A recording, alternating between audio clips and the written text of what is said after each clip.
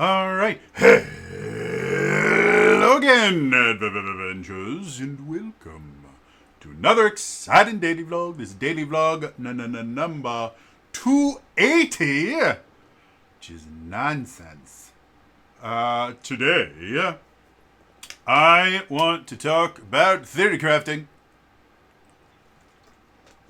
What I mean by that is, a long time ago, like over 2 years ago, I had found a supplement for 5th edition, basically a full conversion of 5th edition, called Star Wars 5e, which is basically Star Wars, but using 5th edition rules. I know, mind-blowing. And before I had done that, I did this thing called Final Fantasy 14 Cross D&D 5e, which was basically they took all the classes from Final Fantasy 14 and turned them into D&D 5e classes. And I did an entire series where I did deep dives on every single class and subclass in that supplement. And one of the things that I loved so much about that was there was a subreddit dedicated to that conversion. It still exists. I'm still a member. I think. But I found it, and I started posting my review episodes there, and I started interacting with the community down there. And it was really, really fun because I got to interact with one of the creators and one of the editors. There was a bit of a misunderstanding at one point where they blocked one of my posts because I asked people, hey, do you want me to do one of these live? And they thought that I was like advertising my YouTube channel. I'm like, I'm not doing that. I just wanted to. So it was a really positive experience for me. And so I found a subreddit for Star Wars 5e, and to avoid having a similar thing happen in that subreddit as what happened in the Final Fantasy 14 Cross D&D subreddit, I messaged the mods and said, hey, I have a YouTube channel. I do in-depth reviews and deep dives of D&D content. I want to not only cover the supplement, but I want to be able to post the videos here so that people can kind of interact and learn about it here where the community is strongest. And I never got a reply from them. The content came out at like a breakneck speed, and a lot of like the Final Fantasy 14 content was a little bit overpowered compared to base 5e. It wasn't completely nonsense, but if you were playing a base 5e class with a Final Fantasy 14 class, the Final Fantasy 14 classes in general are going to be a little bit more powerful, and you're going to feel a little underpowered. The Star Wars 5e stuff was just significantly more powerful and significantly more complicated. It really felt like they were taking 5e and adding a lot of 3rd edition to it. And so I only did a few videos of it because, again, one of the reasons I had chosen to do it is I wanted to get to know another community of homebrewers, and they seemed completely uninterested in having any sort of communication about it. And the posts that I saw in there were just a little bit more confrontational than I wanted to deal with. Don't know if it's true anymore. Again, this is over 2 years ago. But I had somebody comment on one of the videos like a couple days ago, asking me to do a video about multi-classing in Star Wars 5e. And again, I have been so far removed from Star Wars 5e at this point that even if I went and I got my Star Wars 5e stuff and started looking over it again, first of all, I'm looking at a 2-year-old version of it, so there's probably been updates in errata and all that other stuff. Second of all, it's been so long since I've played around with that because, again, Star Wars 5e is not just, well, we're going to take the barbarian and give him a laser axe. They are different classes. And so because of that, my relatively extensive knowledge of 5e is not going to be particularly helpful when we're talking about multi-class builds, because most multi-class builds require you to understand more than just the system itself. You have to understand all the different classes and what they can do and what they can't do, more importantly. And so I just couldn't do that. But it did get me to thinking about multi-classing in general, just in RPGs in general, and the different reasons that people create quote-unquote builds in tabletop RPGs. One of my favorite little bits of trivia about D&D 5th edition is, I believe it was Chris Perkins was getting interviewed years ago, back when D&D 5th edition was still relatively new, like in the first few years of it. And he was talking to someone about how 5th edition is different. And he brought up this. Chris Perkins not only has been working for Wizards of the Coast for a really, really long time, but he has been a D&D fan for a really, really long time. Before he worked for Wizards of the Coast, he was a fan. And so back in the before times, before Discord and Reddit and all those things, there used to be these things on the internet called message boards. And they eventually got replaced with a thing called forums, which is basically a message board but slightly more structured. Forums still exist in a few places. Message boards are just about gone. But the interesting thing that Chris Perkins mentioned was, if you go back to 3rd edition, and some of these message boards and forums from way back then still exist on the internet, and you can still find posts, from 20 years ago on there. When people talked about D&D Online, back in 3rd edition and 3.5, the conversations were basically, let me describe how I built my character. You would post character builds. Yeah, this is my Fighter 3, Wizard 7, Blade Singer 4. And they have these feats. And it was basically just a stat sheet. And that's how you talked about D&D, is you talked about, when these are my magic items and these are the feats that I have, you were basically talking about builds. Very similar to how people talk about builds now for some MMOs that actually have builds that you can do. A lot of newer MMOs, basically when you choose your class, there's really only one effective build you can have for it. But things like Diablo, there's tons of different builds that you can have, and that's how people used to talk about Dungeons and Dragons.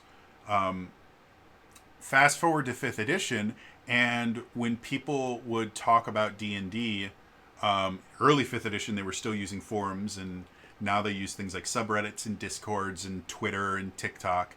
Instead of going, oh yeah, this is, my Battlemaster Fighter, 3 Pact of the Blade, Hexblade Warlock 2, what they would go is, oh, this is my character who started his career learning how to defend himself with various weapons in the military, but then he lost his entire platoon, and he was approached by some crazy speaking sword that offered to give him all this power, and so he accepted that power and then gained the blessing of a hexblade and was able to do all these. And so instead of talking about this is my build, they were talking about the story that created the character and the adventures that the character had gone on. And it really was a good it was a good metaphor to explain the differences in playstyles between D&D 3rd edition and D&D 5th edition. I've mentioned this in I think I mentioned it in my video yesterday. D&D 3rd edition and Pathfinder 2nd edition are games where the final boss of the game is the system itself. You have to fight the system to get what you want. And so the things that feel most triumphant are the builds. Creating the build that gives you the exact powers that you want is a feat. And so that was one of the reasons why builds were so popular back then when you were talking about D&D. 5th edition isn't really meant to do that. And a lot of modern tabletop RPGs kind of do that same approach as well, where the system itself is not really designed to force you to learn the system so that you can create the build you want. The system is really just there to help you create the character that you want, and then let you tell stories as that character. So what does this have to do with theory crafting and stuff like that? Well, nowadays there are still people that make 5th edition builds. Most of them are focused on exploiting some kind of synergy between various abilities, whether it's feats, whether it's multi-classing and stuff like that, to show this super OP broken system. And the vast majority of them don't actually work in the game. They require you to either forget that a rule exists, or for your DM to interpret a rule in a really, really obscure way that would break the game, thus the build being broken. But again, the entire purpose of these Theorycraft builds is to create an extremely powerful character. And when I was thinking about, because I used to do theory crafting on this channel, there's a series called Play Your Faves, where people would give me suggestions for like fictional characters, and I would create D&D versions of those characters that would imitate the abilities that the character had. And for me, it was not about creating a broken class. It was about creating a unique class that would play very differently than other classes. And that's kind of, when I do theory crafting nowadays, that's the thing that I focus on the most, is how can I create a really interesting character. It doesn't need to be overpowered or even like evenly powered, as long as it allows me to play in a different way than most people would consider that class being. Like, I've mentioned this before, one of the favorite characters I've had a chance to play in an actual game was a card throwing battle master. And mechanics wise, I did not choose the greatest things in the world. I used darts to simulate the cards themselves, which have really low range and really, really low damage.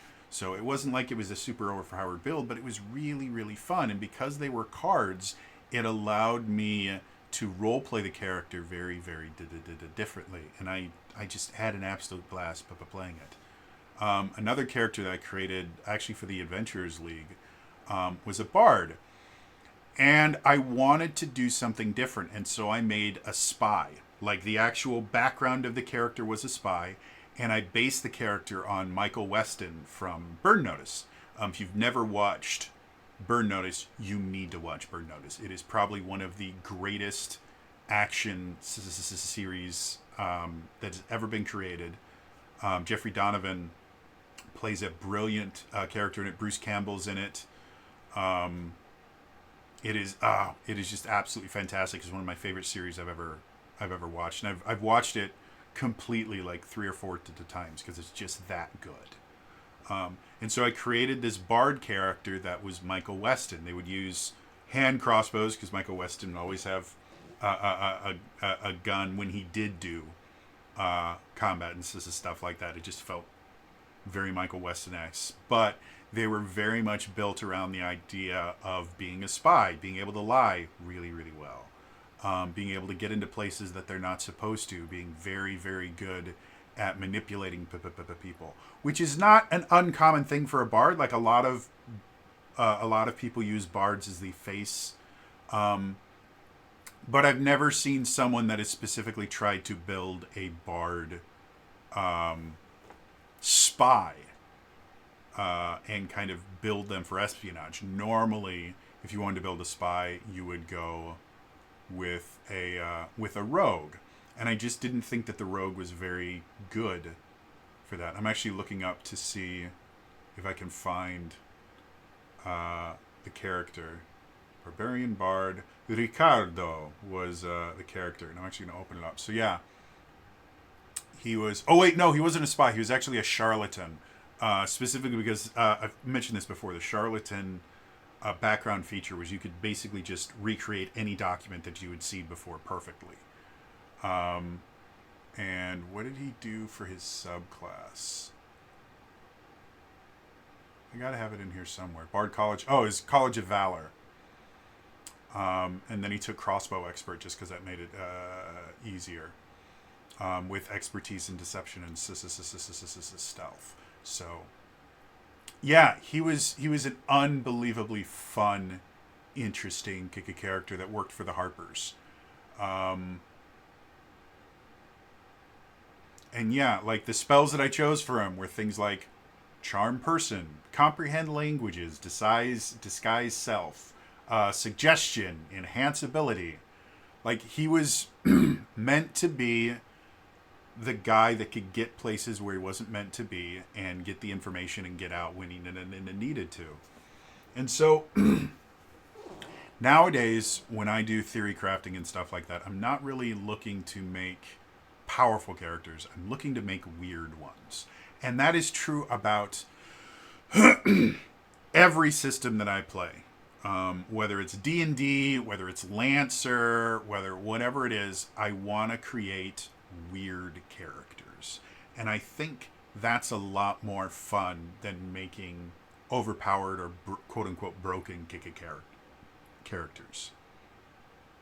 Because it's fun to see how you can stretch the system in a way that it wasn't technically designed to do, but it doesn't really break it. It's just different. So yeah, interested to hear from you guys.